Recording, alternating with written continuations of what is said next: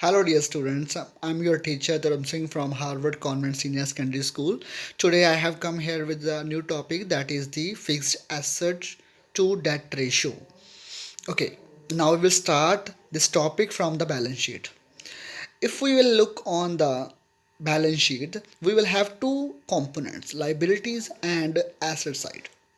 Okay, on the liability side, there are three elements. First one is a shareholder fund, second one is a long term liabilities, and the third one is current liabilities. Okay, shareholder fund means share capital, reserve and surplus, profit or loss. Okay, and the long term liability that we called non current liabilities or debt.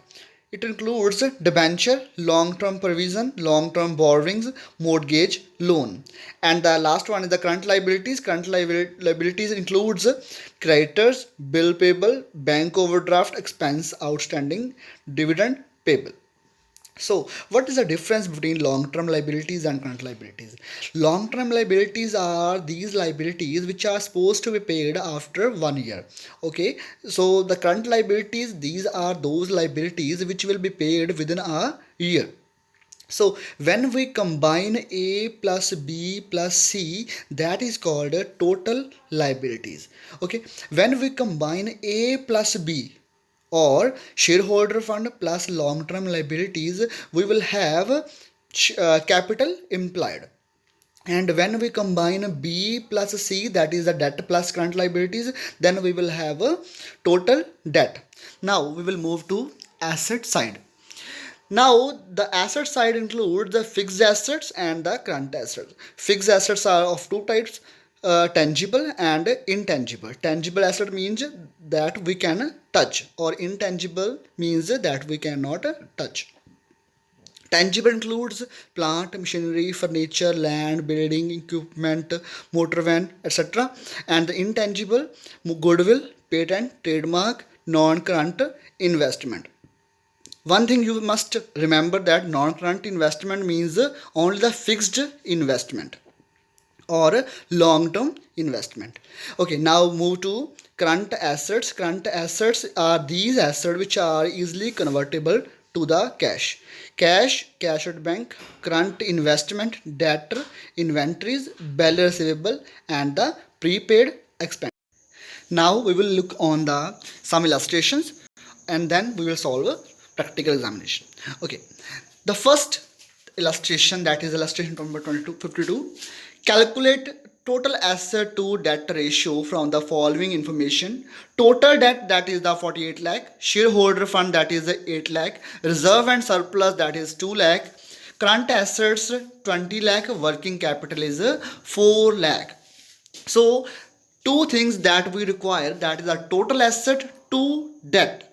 Total asset means fixed assets plus current asset. Now we don't have a fixed asset, but as we know that liabilities are equal to asset, when we will have a total of liabilities, then we will find a total assets. Now the shareholder fund is 8 lakh. Now reserve and surplus are also given, but we will ignore it because shareholder fund is given. So reserve and surplus is also a part of a shareholder fund, so we will neglect it. Okay, total debt means long term debt plus current liabilities.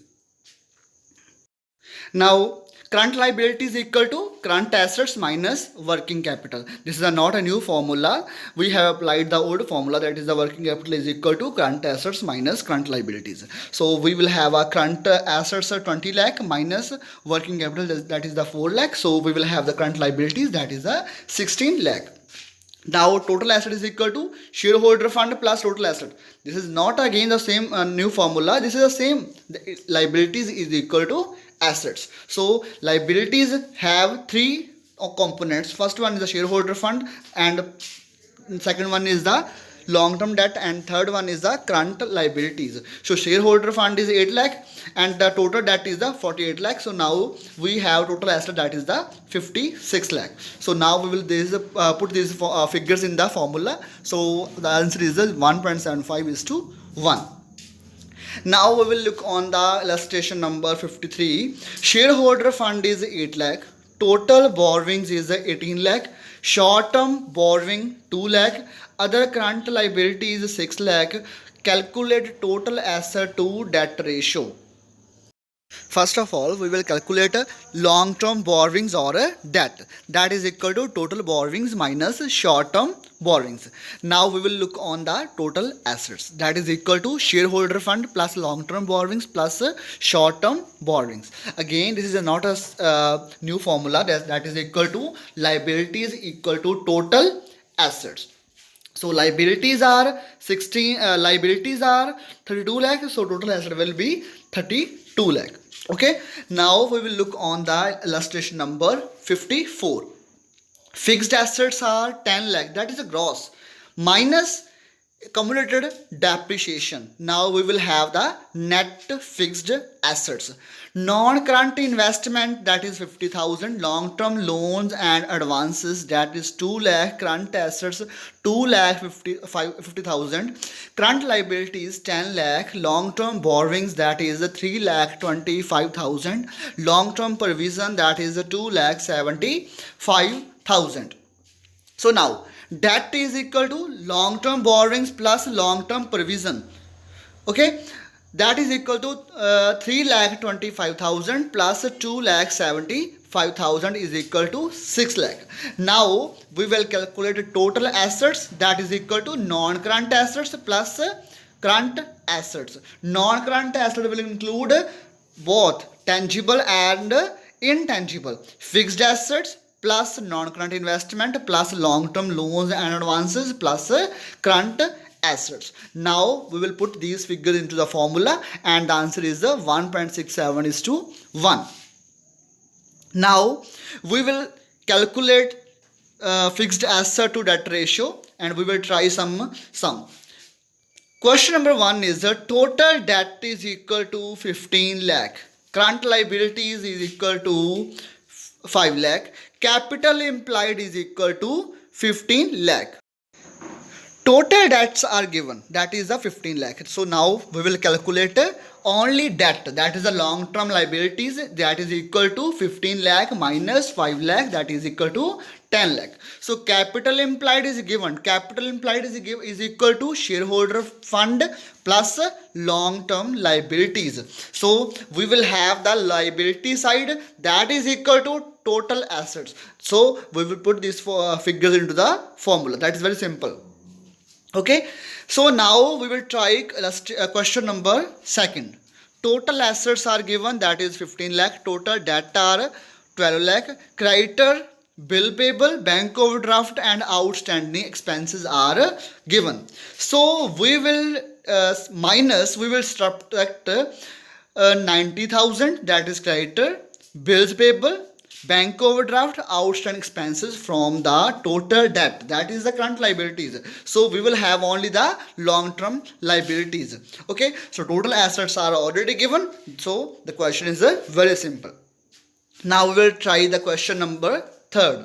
Total debt is equal to 12 lakh. Shareholder fund is equal to 2 lakh. Reserve and surplus is equal to 5 lakh. Current assets are 5 lakh. Working capital is equal to 10 lakh. So as we know that we need only two elements, that is the fixed total asset and debt. Total assets is equal to fixed asset, that is both tangible and intangible plus current assets. So we know that both sides of balance sheets are equal. So total debts are given, that is a 12 lakh, and shareholder fund is equal to 2 lakh. So total debt include long term liabilities plus current liabilities. So these are two elements. Shareholder fund is given 2 lakh. So the total of liability side is equal to 14 lakh. So if total of liability side is 14 lakh, so total of assets will be 14 lakh. Okay. Now we will look on the question number 4. Total debts are given, that is 12 lakh. Current liabilities are 4 lakh. Capital implied is 12 lakh. Okay, that's very simple question. Okay, now we will look on the question number 5. Question number 5 is same as the illustration number 54. You have to try yourself. Okay, so tomorrow I will come with a new topic. For that time, stay home, stay safe. Bye.